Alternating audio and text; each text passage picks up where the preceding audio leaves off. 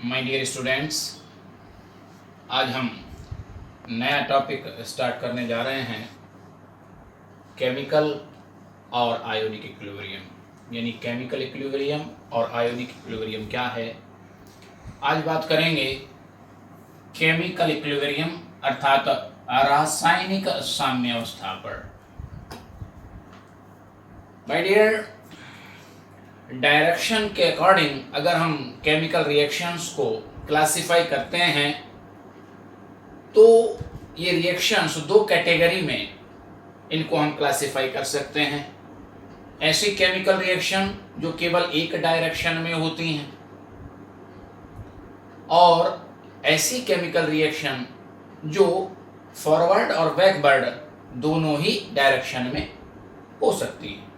जो केवल एक डायरेक्शन में होती हैं वो इर्रिवर्सिबल यानी अनुत्क्रमणीय अभिक्रियाएं कहलाती हैं। जैसे अगर आप कहें कि KCl3 इसको अगर आप गर्म कर दें तो ये 2KCl और 3O2 में डिकम्पोज हो जाएगा और फॉरवर्ड डायरेक्शन में रिएक्शन हुई और समाप्त हो गई। लेकिन कुछ रिएक्शंस ऐसी होती हैं जो दोनों ही डायरेक्शंस में हो सकती हैं, फॉरवर्ड डायरेक्शन में और बैकवर्ड डायरेक्शन में। इस प्रकार की जो अभिक्रियाएं होती हैं वो रिवर्सिबल रिएक्शन कहलाती हैं। क्या कहलाती हैं? उत्क्रमणीय अभिक्रियाएं। ठीक है, तो बात करेंगे कि क्या है केमिकल इक्विलिब्रियम यानी रासायनिक साम्यावस्था क्या है।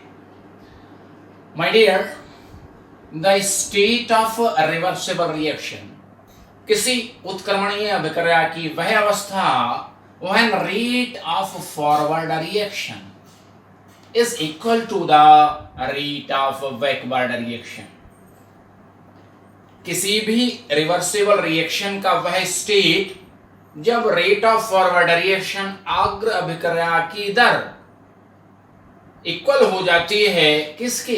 रेट ऑफ बैकवर्ड रिएक्शन, विपरीत अभिक्रिया की दर के। And concentration of reactant and products do not change with time, और अभिकारकों और उत्पादों रिएक्टेंट्स और प्रोडक्ट्स की जो कंसंट्रेशन है वो क्या हो जाती है? कांस्टेंट हो जाती है, स्थिर हो जाती है। And do not change with time, और समय के साथ साथ परिवर्तित नहीं होती है। ठीक है, तो क्या हुआ? Chemical equilibrium, the state of reversible reaction when rate of forward reaction is equal to rate of backward reaction and concentration of reactant and product remain constant with time. The state of reaction is known as state of chemical equilibrium, अर्थात उत्क्रमणीय अभिक्रिया की वह अवस्था जब अग्र अभिक्रिया और विपरीत अभिक्रिया दोनों ही अभिक्रियाओं का रेट यानी कि दर बराबर हो जाती है, तो उस अवस्था को हम कहते हैं रासायनिक साम्य की अवस्था। आइए एक उदाहरण, एक एग्जांपल के माध्यम से हम इसको समझें कि क्या है स्टेट ऑफ केमिकल इक्विलिब्रियम। ठीक है माय डियर, अगर एक क्लोज वेसल बंद पात्र में हम एक अभिक्रिया आरंभ कराते हैं, हाइड्रोजन गैस और आयोडीन गैस के कॉम्बिनेशन से HI का फॉर्मेशन करते हैं एट 444 डिग्री सेंटीग्रेड टेम्परेचर पर, तो हाइड्रोजन गैस और आयोडीन गैस के कॉम्बिनेशन से हाइड्रोजन आयोडाइड गैस का जो फॉर्मेशन है ये फॉरवर्ड रिएक्शन कहलाता है, क्योंकि रिएक्शन कहां से स्टार्ट हुआ? हाइड्रोजन और आयोडीन के कॉम्बिनेशन से हमने स्टार्ट किया। अब जैसे ही HI का फॉर्मेशन होता है वैसे ही HI डिकम्पोज होना स्टार्ट हो जाता है। डिकम्पोज का मतलब क्या है? वह अपघटित होना शुरू हो जाता है और बैकवर्ड रिएक्शन स्टार्ट हो जाती है। 2HI gas is decomposed into H2 gas plus I2 gas. तो ये तो हुई फॉरवर्ड रिएक्शन और ये हुई बैकवर्ड रिएक्शन। ठीक है, हालांकि जो रिवर्सेबल रिएक्शन है वो किसी भी डायरेक्शन से आप स्टार्ट करा सकते हो, यानी कि अगर आप HI लेके उस बंद पात्र में स्टार्ट करें तो हाइड्रोजन और आयोडीन का फॉर्मेशन शुरू हो जाएगा और HI फिर कंबाइन होने लगेंगे और HI का जो है फॉर्मेशन होने लगेगा। ठीक है, लेकिन हमने स्टार्ट कहां से किया? हाइड्रोजन और आयोडीन हमने लिया एक क्लोज वेसल में। ठीक है, तो क्या बना? HI बना, हाइड्रोजन आयोडाइड का फॉर्मेशन स्टार्ट हो गया। तो ये जो रिएक्शन है ये फॉरवर्ड रिएक्शन है, जिसे अग्र अभिक्रिया कहेंगे। ठीक, और जैसे ही HI का फॉर्मेशन हुआ तो चूंकि रिवर्सेबल रिएक्शन है, समान कंडीशन में, उन्हीं कंडीशंस में वह बैकवर्ड डायरेक्शन में भी स्टार्ट हो जाती है, तो HI का डिकम्पोजिशन भी स्टार्ट हो गया। जैसे ही HI का फॉर्मेशन हुआ वैसे इसका डिकम्पोजिशन भी स्टार्ट हो गया। किसमें? हाइड्रोजन में और आयोडीन में। अब देखिए इस फिगर के माध्यम से हम इसको समझें कि आगे क्या होता है।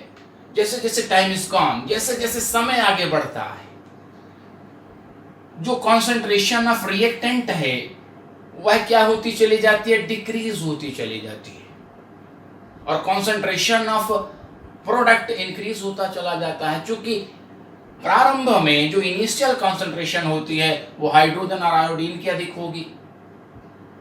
ठीक है, जब हाइड्रोजन और आयोडीन की कॉन्सेंट्रेशन अधिक होगी तो HI का फॉर्मेशन अधिक होगा, तो इनकी कॉन्सेंट्रेशन रेगुलर क्या होगी? डिक्रीज होगी, और इसकी कॉन्सेंट्रेशन क्या होगी? लगातार इंक्रीज होगी। तो इस छोटे से फिगर के माध्यम से हम देखें, देखिए ये जो फॉरवर्ड रिएक्शन है ये लिखा हुआ है forward reaction H2 gas plus I2 gas is equal to 2HI, ये वाली रिएक्शन लिखी हुई है। तो यहां पे ये क्या है? ये है रेट ऑफ रिएक्शन। क्या है? रेट ऑफ रिएक्शन को ये रिप्रेजेंट कर रहा है कि नीचे की तरफ रेट ऑफ रिएक्शन डिक्रीज हो रहा है, और ये क्या है? ये है टाइम।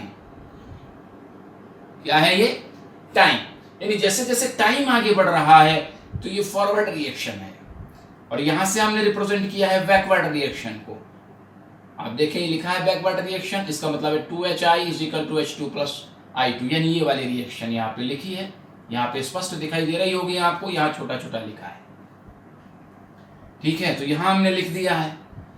तो क्या होता है? जैसे जैसे टाइम आगे बढ़ता है फॉरवर्ड रिएक्शन का जो रेट है वो डिक्रीज होता चला जाता है, और बैकवर्ड रिएक्शन का जो रेट है वो इंक्रीज होता चला जाता है। ठीक, और एक कंडीशन ऐसी आती है, एक टाइम ऐसा आता है कि rate of forward reaction is equal to rate of backward reaction, यानी जिस दर से हाइड्रोजन और आयोडीन का कॉम्बिनेशन हो रहा है और HI का फॉर्मेशन हो रहा है, ठीक उसी दर से, उसी रेट से HI का हाइड्रोजन और आयोडीन में डिकम्पोजिशन हो रहा है। यानी फॉरवर्ड रिएक्शन का रेट और बैकवर्ड रिएक्शन का रेट क्या हो जाता है? इक्वल हो जाता है। यानी जिस दर से उत्पाद बन रहा है उसी दर से जो उत्पाद है वो रिएक्टेंट में डिकम्पोज हो रहा है। और जैसे जैसे टाइम आगे जाता है आप देखते हैं कि जो कॉन्सेंट्रेशन है ये रिएक्टेंट है और ये प्रोडक्ट है। तो रिएक्टेंट और प्रोडक्ट की जो कॉन्सेंट्रेशन है वो कांस्टेंट हो जाती है, स्थिर हो जाती है, और उनकी सांद्रता में, उनकी कॉन्सेंट्रेशन में टाइम के साथ साथ कोई भी परिवर्तन नहीं होता है। ठीक है, तो ये जो स्टेट ऑफ रिएक्शन है ये कहलाती है स्टेट ऑफ केमिकल इक्विलिब्रियम। ठीक है, क्लियर होगी बात कि स्टेट ऑफ केमिकल इक्विलिब्रियम किस तरह से एस्टेब्लिश्ड हुई। ठीक, अच्छा कुछ कैरेक्टरिस्टिक्स मैं आपको बता देता हूं आपको केमिकल इक्विलिब्रियम का। देखिए हालांकि ये दोनों पॉइंट्स तो मैं एक्सप्लेन कर ही चुका हूं, फिर भी मैं बता देता हूं। At equilibrium rate of forward reaction is equal to rate of backward reaction, यानी कि इक्विलिब्रियम यानी साम्य अवस्था पर रेट ऑफ फॉरवर्ड रिएक्शन अग्र अभिक्रिया की दर इक्वल हो जाती है रेट ऑफ बैकवर्ड रिएक्शन विपरीत अभिक्रिया की दर की। ठीक, तो ये तो हम अभी आपको एक्सप्लेन कर चुके हैं। दूसरा पॉइंट क्या कहता है? At equilibrium concentration of reactant and products do not change with time. ये भी हमने अभी आपको बताया कि इक्विलिब्रियम जब एस्टेब्लिश्ड हो जाता है तो उस कंडीशन में जो रिएक्टेंट एंड प्रोडक्ट्स हैं उनकी जो कॉन्सेंट्रेशन है वो क्या हो जाती है, कांस्टेंट हो जाती है, and do not change with time, और समय के साथ साथ उसमें कोई परिवर्तन नहीं होता है। ठीक है, देखिए थर्ड पॉइंट एक बहुत ही इंपॉर्टेंट पॉइंट है।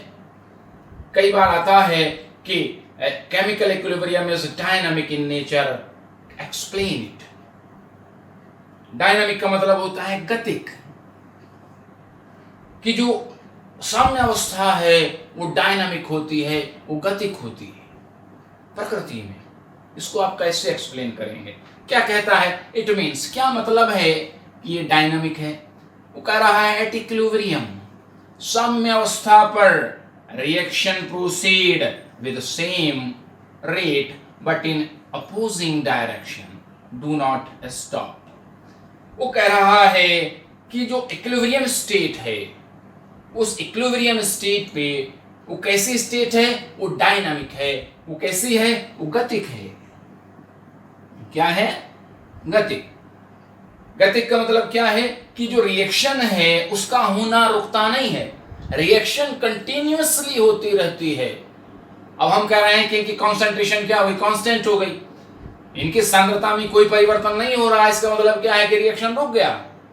नहीं, रिएक्शन डू नॉट स्टॉप, अभिक्रिया रुकती नहीं है, अभिक्रिया निरंतर होती रहती है, गतिक है, डायनामिक है, अभिक्रिया का होना रुकता नहीं है। बल्कि होता क्या है कि जो रेट ऑफ फॉरवर्ड रिएक्शन है वो रेट ऑफ बैकवर्ड रिएक्शन के इक्वल हो जाता है। जिस रेट से, जिस दर से हाइड्रोजन और आयोडीन के कॉम्बिनेशन से HI का फॉर्मेशन हो रहा है, ठीक उसी दर से HI का डिकम्पोजिशन हो रहा है H2 और I2 में। इसलिए जो रिएक्टेंट एंड प्रोडक्ट्स हैं उनकी जो कॉन्सेंट्रेशन है वो कांस्टेंट हो जाती है और समय के साथ साथ परिवर्तित नहीं होती है, लेकिन साम्य अवस्था पर, इक्विलिब्रियम पर अभिक्रिया का होना रुकता नहीं है। इट्स स्टेट इज डायनामिक, यह जो अवस्था है ये गतिक होती है और अभिक्रिया अग्र और विपरीत दोनों ही दिशाओं में समान वेग अर्थात इक्वल रेट से होती रहती है। ठीक है, क्लियर होगी बात करेंगे नेक्स्ट पॉइंट की। For a chemical reaction kept at equilibrium, the value of change of free energy delta G is 0। यानी रासायनिक साम्य अवस्था पर जो फ्री एनर्जी होती है जिसे आप डेल्टा जी से रिप्रेजेंट करते हैं उसकी वैल्यू क्या होती है? 0 होती है, अर्थात शून्य होती है। ठीक है, कई बार एग्जामिनेशन में आ जाता है कि डेल्टा जी की वैल्यू इक्विलिब्रियम पे क्या होती है। ठीक है, नेक्स्ट पॉइंट कहता है chemical equilibrium is not affected by catalyst. Catalyst क्या है? कैटलिस्ट एक एक्सटर्नल सब्सटेंस है जो रेट ऑफ रिएक्शन को डायरेक्ट अफेक्ट करता है। In presence of catalyst rate of reaction is increase और में डिक्रीज। या तो कैटलिस्ट की उपस्थिति, जिसे आप उत्प्रेरक कहते हो, उसकी उपस्थिति में अभिक्रिया दर रेट ऑफ रिएक्शन इंक्रीज हो जाता है या रेट ऑफ रिएक्शन डिक्रीज हो जाता है। अगर इंक्रीज हुआ तो पॉजिटिव कैटलिस्ट है और अगर डिक्रीज हुआ तो नेगेटिव कैटलिस्ट है। तो कह रहा है कि जो कैटलिस्ट की उपस्थिति है वो इक्विलिब्रियम स्टेट को अफेक्ट नहीं करती है, प्रभावित नहीं करती है। अगर कैटलिस्ट की उपस्थिति में रिएक्शन कोई हो रहा है तो उससे जो रिएक्शन का इक्विलिब्रियम स्टेट है वो प्रभावित नहीं होता। However, the time required to attain equilibrium is change। साम्य अवस्था एस्टेब्लिश्ड होने में जो समय लगता है, क्योंकि देखिएगा जो रिएक्टेंट है उनकी कंसंट्रेशन डिक्रीज होने में और प्रोडक्ट यानी बैकवर्ड रिएक्शन की कंसंट्रेशन इंक्रीज होने में, रेट इंक्रीज होने में कुछ तो समय लगेगा। ठीक है, तो ये जो टाइम यहाँ पे लग रहा है, ये जिसे हम मान लीजिए आप टी है, ये टाइम क्या हो जाता है, ये परिवर्तित हो जाता है। अगर मान लीजिएगा कोई पॉजिटिव कैटलिस्ट काम कर रहा है, यानी किसी ऐसा कैटलिस्ट है जिसकी इन प्रेजेंस में रेट ऑफ रिएक्शन क्या होता है, इंक्रीज हो जाता है, तो जो कैटलिस्ट है वो रेट ऑफ फॉरवर्ड रिएक्शन और रेट ऑफ बैकवर्ड रिएक्शन को एक समान रूप से या तो बढ़ा देता है या फिर एक समान रूप से घटा देता है। यानी वह फॉरवर्ड रिएक्शन और बैकवर्ड रिएक्शन दोनों ही अभिक्रिया की दर को प्रभावित करता है, न कि केमिकल इक्विलिब्रियम को। ठीक है, यानी कैटलिस्ट के इंपॉर्टेंस है कि भी इक्विलिब्रियम एस्टेब्लिश्ड हो जाएगा, ऐसा नहीं है। जो रिवर्सिबल रिएक्शन है और रिवर्सिबल रिएक्शन इक्विलिब्रियम स्टेट में एस्टेब्लिश्ड हो रही है, तो उसके टाइम को, इक्विलिब्रियम एस्टेब्लिश्ड के टाइम को या तो बढ़ा देता है या घटा देता है, क्योंकि कैटलिस्ट की जो उपस्थिति है वो अग्र अभिक्रिया और विपरीत अभिक्रिया, फॉरवर्ड रिएक्शन और बैकवर्ड रिएक्शन दोनों के रेट को एक समान रूप से बढ़ा देती है। ठीक है, क्लियर होगी बात? तो बहुत ही महत्वपूर्ण इक्विलिब्रियम स्टेट। ठीक है, अब हम बात करेंगे, एक छोटा सा लॉ है, लॉ ऑफ मास एक्शन। ठीक है, जिसे आप कहते हैं द्रव्य अनुपाती क्रिया का नियम। क्या कहता है लॉ ऑफ मास एक्शन, जिसे गुल्डवर और बागे ने 1864 में प्रपोज किया था? वो कह रहा है एट कांस्टेंट टेम्परेचर, यदि ताप स्थिर रखा जाए तब क्या होता है, the rate at which the substance react is directly proportional to its active mass raised with suitable power.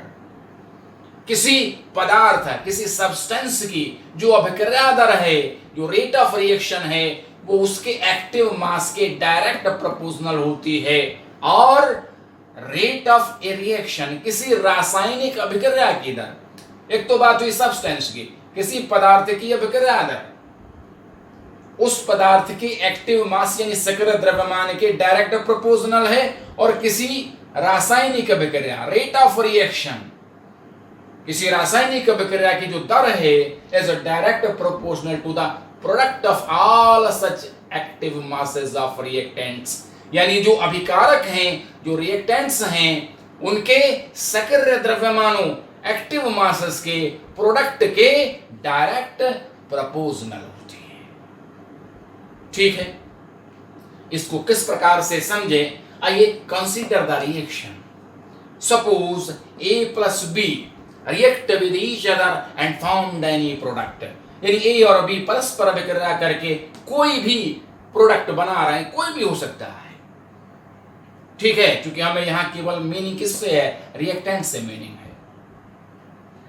ठीक, तो according to law of mass action, law of mass action क्या है, क्या कहता है कि ये जो रिएक्शन है, इसका रेट ऑफ रिएक्शन है डायरेक्ट प्रोपोर्शनल होगा active mass of A into active mass of B।